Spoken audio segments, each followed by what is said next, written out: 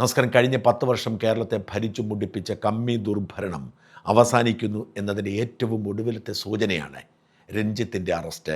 ഇതുപോലൊരു പത്തരമാറ്റ് കമ്മി ഇത്തരം കമ്മി സാംസ്കാരിക നായർക്കിടയിൽ വേറെ ഉണ്ടാവില്ല.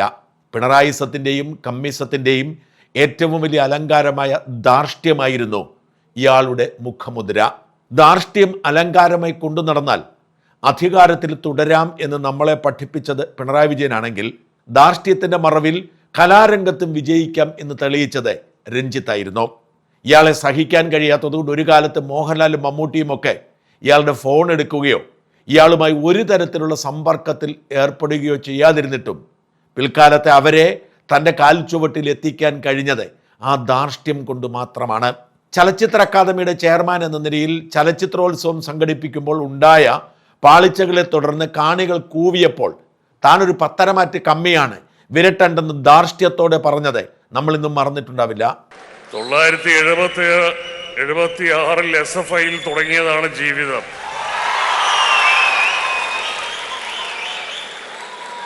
അതുകൊണ്ട് അതൊന്നൊരു വിഷയമൊന്നല്ല, അതിനാരും ശ്രമിച്ച് പരാജയപ്പെടുകയും വേണ്ട. ഒന്നിലധികം പീഡന കേസുകളിൽ പ്രതികളായി വളരെ മോശമായി സ്ത്രീകളോട് പെരുമാറുന്നു എന്നത് അയാൾക്കെതിരെ എന്നും ഉയർന്നിട്ടുള്ള ആരോപണമാണ്. തൻ്റെ ഭാര്യയോട് പോലും അയാൾ ഒരിക്കലും മര്യാദ കാട്ടിയിട്ടില്ല എന്ന് ഭാര്യ തൻ്റെ അടുപ്പക്കാരോട് പറയുന്നു. ഒരു നടിയെ കണ്ണു കാണിച്ച് വീഴ്ത്തി അവർക്കൊരു കുഞ്ഞിനെ പോലും സമ്മാനിച്ചു എന്ന ആരോപണം എന്നും അന്തരീക്ഷത്തിലുണ്ട്. ആ നടിയുടെ ജീവിതം തന്നെ ഇല്ലാതാക്കിയത് ഇയാളുടെ ധാർഷ്ട്യമാണെന്ന് സിനിമക്കാർ പരസ്പരം പറയുന്നു. 2 പീഡന കേസുകൾ ഇയാൾക്കെതിരെ ഉണ്ടായി. പലേരി മാണിക്യം ഒരു പാതിരാ കഥ എന്ന സിനിമയുടെ ലൊക്കേഷനിൽ വെച്ച് തന്നെ പീഡിപ്പിക്കാൻ ശ്രമിച്ചു എന്നൊരു ബംഗാളി നടി ആരോപിച്ചതായിരുന്നു ഒന്ന്. കോഴിക്കോട് സ്വദേശിയായ ഒരു യുവാവ് ബാംഗ്ലൂരിലെ ഹോട്ടൽ മുറിയിൽ കൊണ്ടുപോയി തന്നെ പീഡിപ്പിച്ചു എന്ന് പറഞ്ഞത് മറ്റൊരു പരാതിയും. എന്നാൽ ഈ 2 പരാതിയും ഉണ്ടായത് ഹേമ കമ്മിറ്റി ഉണ്ടാക്കിയ വിവാദങ്ങളുടെ പശ്ചാത്തലത്തിൽ വർഷങ്ങൾക്ക് ശേഷമായിരുന്നു. എന്തുകൊണ്ട് ഇത്ര കാലം പരാതിപ്പെട്ടില്ല എന്ന നിർണായകമായ ചോദ്യത്തിന് പുറത്ത് ആ 2 കേസുകളും റദ്ദാക്കപ്പെട്ടു. വാസ്തവത്തിൽ എല്ലാ അർത്ഥത്തിലുള്ള അരാജകത്വവും വൃത്തികേടുകളും കൂടെ കൊണ്ടു നടന്ന സിനിമക്കാരനാണ് രഞ്ജിത്ത്. പക്ഷേ ഇയാളുടെ CPM ബന്ധം ഇതിനെല്ലാം മറയായി മാറി. ഇയാളുടെ കഴിവിനെക്കുറിച്ച് ആർക്കും സംശയമില്ല. രഞ്ജിത്ത് എന്ന തിരക്കഥാകൃത്തിൻ്റെ തൂലികയിൽ രചിച്ച സിനിമകൾ തന്നെയാണ് എക്കാലത്തും തലയെടുപ്പോടെ മലയാള സിനിമയുടെ ഭാഗമായി നിൽക്കുന്നത്. മംഗലശ്ശേരി നീലകണ്ഠൻ എന്ന ഒരു കഥാപാത്ര സൃഷ്ടി മാത്രം മതി മോഹൻലാലിന് മാത്രമല്ല മലയാള സിനിമാ പ്രേമികൾക്ക് ഇയാളോട് ആദരവ് തോന്നാൻ.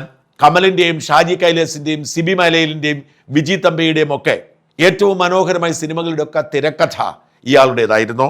ദേവാസുരവും ആറാം തമ്പുരാനും നരസിംഹവും രാവണപ്രഭുവും ഒക്കെ മോഹൻലാൽ എന്ന നടന്റെ പൂർണ്ണതയ്ക്ക് കാരണമായെങ്കിൽ തിരക്കഥ എഴുതിയ രഞ്ജിത്തിനോട് കടപ്പാടുണ്ടാവാതിരിക്കാൻ നിവൃത്തിയില്ല.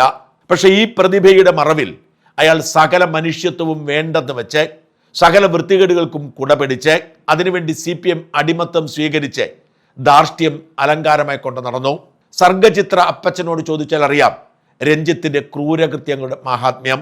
തൻ്റെ നേട്ടത്തിന് വേണ്ടി ആരെയും കൂട്ടുപിടിക്കുക, അവരോടൊക്കെ അഹങ്കാരത്തിൻ്റെയും ധാർഷ്ട്യത്തിൻ്റെയും ഭാഷയിൽ പിണങ്ങിപ്പിരിയുക, അവരെ ഉപദ്രവിക്കാൻ പറ്റുമെങ്കിൽ ഉപദ്രവിക്കുക എന്നത് രഞ്ജിത്തിന്റെ രീതിയായിരുന്നു.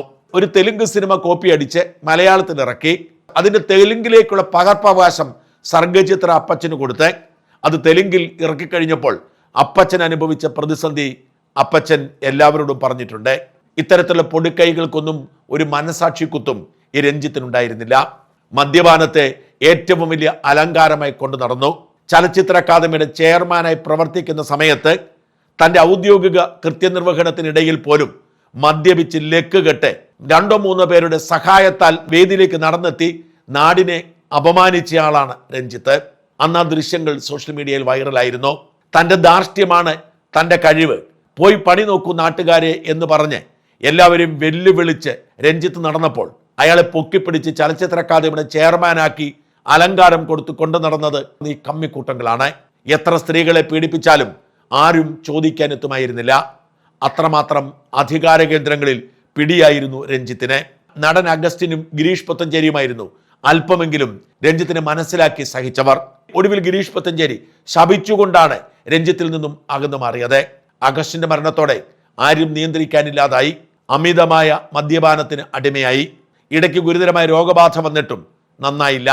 അങ്ങനെയാണ് ഇപ്പോൾ ഈ സ്വാഭാവികമായ അന്ത്യത്തിലേക്ക് എത്തുന്നത്. ഫോർട്ട് കൊച്ചിയിൽ നടന്ന ഒരു സിനിമാ ഷൂട്ടിങ്ങിനിടയിലാണ് ഒരു യുവനടിയെ പീഡിപ്പിക്കാൻ ശ്രമിച്ചത്. ഇത്തരം പീഡന ശ്രമങ്ങൾ പതിവുള്ളതായതുകൊണ്ട് ഇതൊരു പുലിവാലായി മാറുമെന്ന് കരുതിയില്ല. നടി സിനിമാ ഷൂട്ടിലെ തൊഴിൽ സമിതിക്കാണ് ആദ്യം പരാതിപ്പെട്ടത്. പക്ഷെ ഒന്നും സംഭവിച്ചില്ല. പിണറായിയുടെ പോലീസ് തലപ്പത്തിരിക്കുമ്പോൾ രഞ്ജിത്തിനെതിരെ കേസെടുക്കുമോ? കഴിഞ്ഞ ജനുവരിയിൽ സംഭവിച്ചിട്ടും ആരും അറിയാതെ അത് കൊണ്ടുപോയി. ഒടുവിൽ തെരഞ്ഞെടുപ്പ് പ്രഖ്യാപിക്കുന്നു. മുഖ്യമന്ത്രി കസേര അലങ്കാരമായി മാറുന്നു. പോലീസിനെ നിയന്ത്രിക്കാനുള്ള അധികാരം പിണറായിക്ക് നഷ്ടപ്പെടുന്നു. കമ്മിക്കൂട്ടങ്ങൾ വിളിച്ചാൽ ഗവനിക്കേണ്ട കാര്യമില്ല എന്ന് ഭരണം നഷ്ടപ്പെടുമെന്ന് ഉറപ്പായ പോലീസും കരുതുന്നു. അങ്ങനെയാണ് പുതിയ പരാതി DGPക്കും സിറ്റി പോലീസ് കമ്മീഷണർക്കും പോകുന്നത്.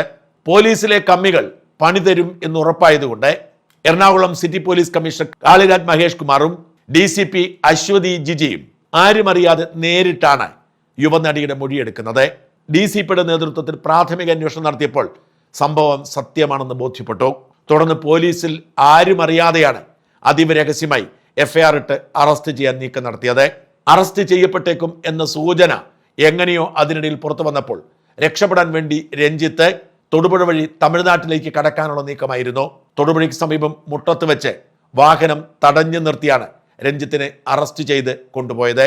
മെഡിക്കൽ പരിശോധനയുടെ ബലത്തിൽ അയാളെ ആശുപത്രിയിലേക്ക് മാറ്റിയേക്കുമോ എന്ന ആശങ്ക മാത്രമേ ബാക്കിയുള്ളൂ.